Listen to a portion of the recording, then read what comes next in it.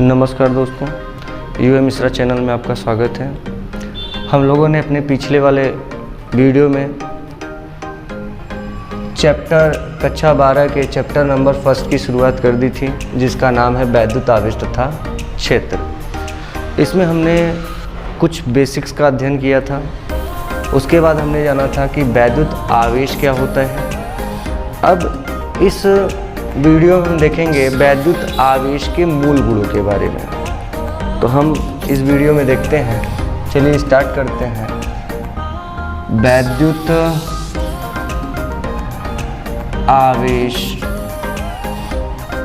आवेशों के मूल गुण। वैद्युत आवेश के मूल गुण कौन से हैं, उनके बारे में जानेंगे। तो इसमें हमको 3 मूल गुण पढ़ने हैं। सबसे पहला है आवेशों की योज्यता। सबसे पहला है आवेशों की योज्यता। सबसे पहला गुण ये पढ़ना है। इसके बाद दूसरा मूल गुण है इसका, आवेश संरक्षित रहता है। आवेश संरक्षित रहता है, ये दूसरा गुण हमको पढ़ना है। और तीसरा गुण पढ़ना है आवेशों का क्वांटीकरण। आवेशों का क्वांटीकरण। ये 3 मूल गुणों के बारे में हमको जानना है।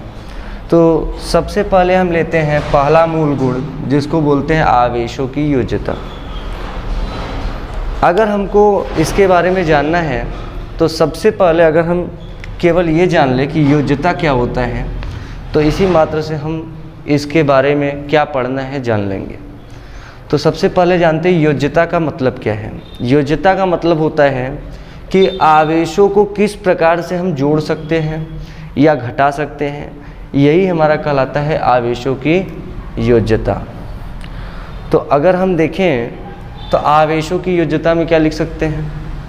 आवेशों की योज्यता में लिख सकते हैं, जिस प्रकार से हम छोटी क्लास में पढ़े हैं कि अगर कोई यक्ष हो, कोई चर यक्ष दिया हो और उसमें कोई दूसरा चर यक्ष फिर दिया हो पुनः, अगर इन दोनों को जोड़ा जाए तो हम क्या लिखते हैं, 1 यक्ष और 1 यक्ष लिख देते हैं 2 यक्ष। इसमें घात भी देखा जाता है, अगर सेम घात का है तभी जुटेगा या घटेगा। अगर एक घात बड़ा और एक घात छोटा हो तो इसको घटा करके हम कुछ भी नहीं लिख सकते, इसको डायरेक्ट यही लिखेंगे 2x² - x। यानी कि जिस प्रकार से हम बीजगणितीय योग या जोड़ या घटाना करते हैं, उसी प्रकार से आवेशों का भी बीजगणितीय योग होता है। यानी अगर आवेश दिया है Q + Q, तो जैसे हम यक्ष और यक्ष को जोड़ते हैं, ऐसे इसमें भी घात देखते हैं। इस पर भी घात 1 है, इस पर भी घात 1 है, तो दोनों आवेशों को जोड़ करके कितना लिखेंगे, 2Q लिखेंगे। यानी कि आवेशों का भी बीजगणितीय योग होता है। तो यहाँ पर यही आवेशों की योज्यता में यही लिखना है, आवेशों का सदैव बीजगणितीय योग होता है। आवेशों का सदैव बीजगणितीय योग होता है। आवेशों का सदैव बीजगणितीय योग होता है। आवेशों का सदैव बीजगणितीय योग होता है, यही हमारा क्या है भैया, स्टेटमेंट है आवेशों की योज्यता का। यानी कि कोई भी आवेश दिया हो, ठीक है, अगर हमको दूसरे आवेश में जोड़ना या घटाना है, ठीक, तो जैसे हम साधारण विधि से बीजगणितीय योग या घटाना करते हैं, उसी प्रकार से इसको जोड़ या घटा सकते हैं। 2Q लिख देंगे। अगर 2Q² + Q दिया है तो इसको केवल 2q² प्लस q ही लिख सकते हैं, इसको जोड़ या घटा नहीं सकते। यानी कि जैसे बीजगणित में करते थे वैसे ही यहाँ पर भी करेंगे। तो यही है आवेशों की योज्यता। अब हम बात करते हैं दूसरे टॉपिक की, जो है हमारा आवेश संरक्षित रहता है। तो दूसरा अगर हम देखें तो दूसरा दिया हुआ है आवेश सदैव संरक्षित रहता है। इसका मतलब क्या हुआ, ये हेडिंग करके आता है, एक अलग हेडिंग के नाम से आता है आवेश संरक्षण का नियम, संरक्षण का नियम। इस नाम से हमारा क्वेश्चन पूछता है और ये इम्पोर्टेंट भी है परीक्षा के लिए। तो आवेश संरक्षण का नियम क्या होता है? वैसे तो बुक में सबसे छोटा परिभाषा दिया होता है, आवेशों को न तो उत्पन्न किया जा सकता है और न ही नष्ट किया जा सकता है। आवेशों के इस गुण को ही आवेश संरक्षण का नियम कहते हैं। लेकिन जब भी हम न्यूमेरिकल लगाते हैं तो इससे हमारा कुछ भी लाभ नहीं होता है। तो हम न्यूमेरिकल के दृष्टि से देखेंगे आवेश संरक्षण का नियम। तो आवेश संरक्षण के नियम की बात करें तो आवेश संरक्षण का नियम कहता है अभिक्रिया से पूर्व, क्या कहता है? अभिक्रिया से पूर्व कुल आवेश जो होता है, कुल आवेश हमेशा बराबर होता है अभिक्रिया के पश्चात, अभिक्रिया के पश्चात कुल आवेश के, कुल आवेश के। तो अभिक्रिया से पूर्व जो कुल आवेश होता है वो हमेशा अभिक्रिया के बाद के कुल आवेश के सदैव क्या होता है? बराबर होता है। यही कहलाता है आवेश संरक्षण का नियम। अब इसको हम देख लेते हैं एक एग्जाम्पल की सहायता से। अगर एक एग्जाम्पल देखें तो एग्जाम्पल में हम क्या कर सकते हैं, जैसे अगर हम देखें तो एक तत्व लेते हैं जो कि है यूरेनियम। यूरेनियम को अगर ले तो यूरेनियम का परमाणु क्रमांक होता है 92,238, इसका परमाणु भार होता है। कोई भी तत्व अगर X के रूप में लिखा हुआ है तो नीचे उसके लिखा जाता है परमाणु क्रमांक और ऊपर लिखा जाता है परमाणु भार। परमाणु भार यहाँ पर लिखा जाता है। तो इस हिसाब से ये 92 जो है ये परमाणु क्रमांक कहलाएगा और जो 238 है वो क्या कहलाएगा? परमाणु भार कहलाएगा। तो जब यूरेनियम टूटता है तो यूरेनियम के टूटने पर ये क्या होता है? ये दो भागों में विभक्त होता है। ये स्वतः दो भागों में विभक्त हो जाता है। एक होता है 90 थोरियम 234 प्लस एक होता है 2He4 और 2He4 ये होता है हीलियम का नाभिक और हीलियम के नाभिक को ही हम क्या बोलते हैं? अल्फा कण बोलते हैं, अल्फा कण बोलते हैं। अगर यहाँ की बात करें तो हम बोल सकते हैं अगर इस अभिक्रिया में ये जो रासायनिक अभिक्रिया लिखी हुई है, अगर इस अभिक्रिया के पहले का कुल आवेश निकालें और अभिक्रिया के बाद का कुल आवेश निकालें तो अभिक्रिया के पहले का कुल आवेश अगर अभिक्रिया के बाद के कुल आवेश के बराबर आ जाता है तो हम कह सकते हैं कि आवेश संरक्षण का नियम लागू हो रहा है। ठीक है, तो हम यही देखते हैं। अब इसमें आवेश तो दिया नहीं है कहीं, तो आवेश निकालने के लिए हम क्या करेंगे? आवेश हम जब भी निकालते हैं किसी रासायनिक अभिक्रिया से, कोई भी रासायनिक अभिक्रिया दिया हो अगर उसमें आवेश निकालना हो तो आवेश सदैव परमाणु क्रमांक में E का गुणा करने पर प्राप्त हो जाता है। तो आवेश जो होता है Q वो परमाणु क्रमांक जितना रहेगा, ठीक, एटॉमिक नंबर जितना भी रहेगा उसमें अगर हम E का मल्टीप्लाई कर देते तो हमको क्या मिल जाएगा? आवेश मिल जाएगा। ठीक है, तो हम क्या करेंगे? सबसे पहले परमाणु क्रमांक देखेंगे। अभिक्रिया के पहले, अभिक्रिया के पूर्व का कुल आवेश निकालने के लिए ये तीर का चिन्ह बताता है कि अभिक्रिया के बाद क्या बना, और इस तीर के चिन्ह के पहले का भाग बताता है कि अभिक्रिया के पहले क्या था। तो अभिक्रिया के पहले तो यूरेनियम था, जब अभिक्रिया हुई तो थोरियम और हीलियम में टूट गया। तो यहाँ से अगर देखें तो हम बोल सकते हैं यूरेनियम का अगर देखें तो यूरेनियम का परमाणु क्रमांक कितना दिया है, 92। अगर इसमें हम ई का गुणा कर दें तो 92E, ये क्या हो गया, अभिक्रिया के पहले का आवेश, अभिक्रिया के पूर्व का कुल आवेश आ गया, कुल आवेश।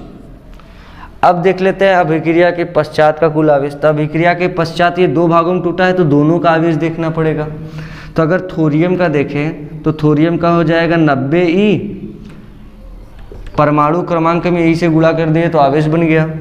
ऐसे ही 2 दिया है परमाणु क्रमांक, इसमें ई से गुणा कर दो तो कितना हो गया, 92E।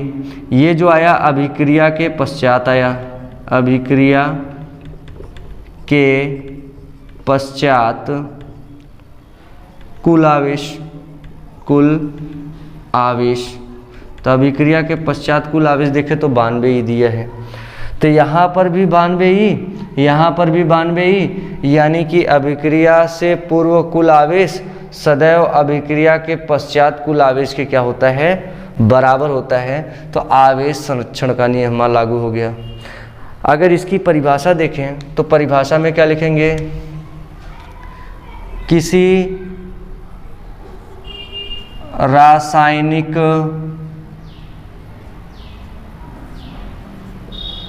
अभिक्रिया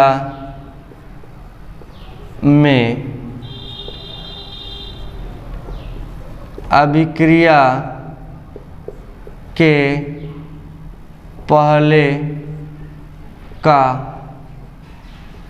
कुल आवेश सदैव अभिक्रिया के बाद के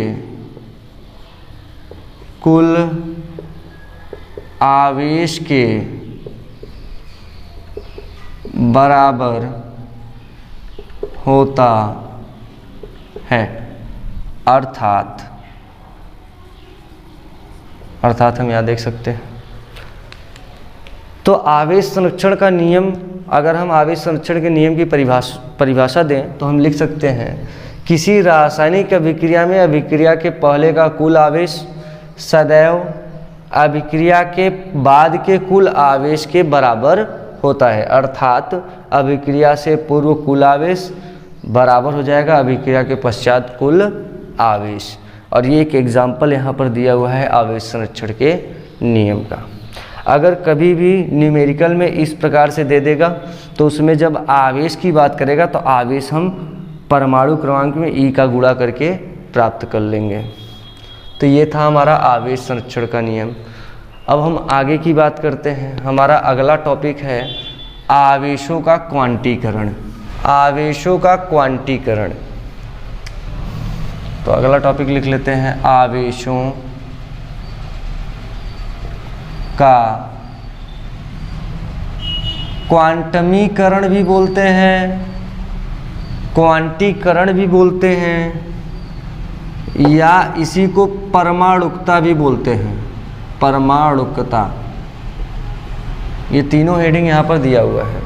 तो आवेशों के परमाणुकता से आप क्या समझते हैं, तब भी उसका मतलब हुआ आवेशों का क्वांटीकरण, या इसी शब्द को घुमा करके दे आवेशों के क्वांटमीकरण से आप क्या समझते हैं, तब भी उसका मतलब यही होता है। तो आवेशों का क्वांटीकरण क्या होता है, क्वांटाइजेशन ऑफ चार्ज। अगर हम एक शब्द पर ध्यान दें, क्वांटमीकरण का मतलब क्या होता है, तो हम समझ जाएंगे कि आवेशों के क्वांटीकरण के कहने का क्या तात्पर्य है। तो क्वांटमीकरण का मतलब होता है बंटवारा, यानी कि आवेशों को हम किस प्रकार से बांट सकते हैं। तो आवेशों को बांटने के लिए, बांटने का अर्थ ये है कि जब भी हम एक पदार्थ से इलेक्ट्रॉन निकालते हैं तभी उस पर आवेश आता है। अगर हम निकाल रहे हैं तो धन आवेश आ जाता है उस पदार्थ पर, अगर उस पदार्थ में इलेक्ट्रॉन डाल रहे हैं तो ऋण आवेश आ जाता है। तो अगर हम आवेशों के क्वांटीकरण को देखें तो आवेशों का क्वांटीकरण जो होता है, अगर इसकी बात करें तो क्वांटीकरण का मतलब होता है बंटवारा। यानी कि अगर हम एक पदार्थ ले लिए, ये मान लेते हैं पहला पदार्थ है और ये मान लेते हैं हमारा दूसरा पदार्थ है। अगर हम एक पदार्थ से दूसरे पदार्थ को इलेक्ट्रॉन दे रहे हैं, मान लेते हैं हम पहले पदार्थ से दूसरे पदार्थ को इलेक्ट्रॉन दे रहे हैं। अब इलेक्ट्रॉन देने का भी एक नियम है। जब भी हम एक पदार्थ से दूसरे पदार्थ को इलेक्ट्रॉन देंगे, कभी भी आधा, पौना या सवा नहीं देंगे। जब भी देंगे तो जो भी इलेक्ट्रॉन देंगे वो हमेशा ई का पूर्ण गुणज होगा। ई का पूर्ण गुणज। गुणज का मतलब होता है जो गुणा करने पर प्राप्त हो। मतलब जैसे अगर ई का गुणज निकाले तो या तो 1e लिख सकते हैं, या तो 2e लिख सकते हैं, या तो 3e लिख सकते हैं, इस प्रकार से। तो अगर हम पहले से दूसरे को आवेश दे सकते हैं, या तो 1e देंगे, या तो 2e देंगे, या तो 3e आवेश दे सकते हैं, या तो 4e आवेश दे सकते हैं, या 5e आवेश दे सकते हैं। यानी कहने का मतलब ये है कि हम इसको अगर देखें तो यहाँ पर क्या आ रहा है, यहाँ पर आ रहा है हमारा नंबर। यहाँ पर क्या आ रहा है भैया, नंबर आ रहा है। तो इसकी जगह पर हम n लिख सकते हैं, और यहाँ पर ई आ रहा है, मतलब ई लिख सकते हैं। और हम दे क्या रहे हैं, आवेश। तो ये हो जाएगा Q बराबर n इंटू ई। तो यहाँ से एक फार्मूला निकला Q बराबर n इंटू ई। यानी कि किसी भी एक पदार्थ से दूसरे पदार्थ को जो आवेश दिया जा सकता है वो ई के पूर्ण गुणज के रूप में दिया जा सकता है। इसी गुण को, आवेशों के इसी गुण को आवेशों का क्वांटमीकरण या परमाणुकता कहते हैं। तो यहाँ पर परिभाषा लिख देते हैं। परिभाषा की बात करें तो परिभाषा में लिखेंगे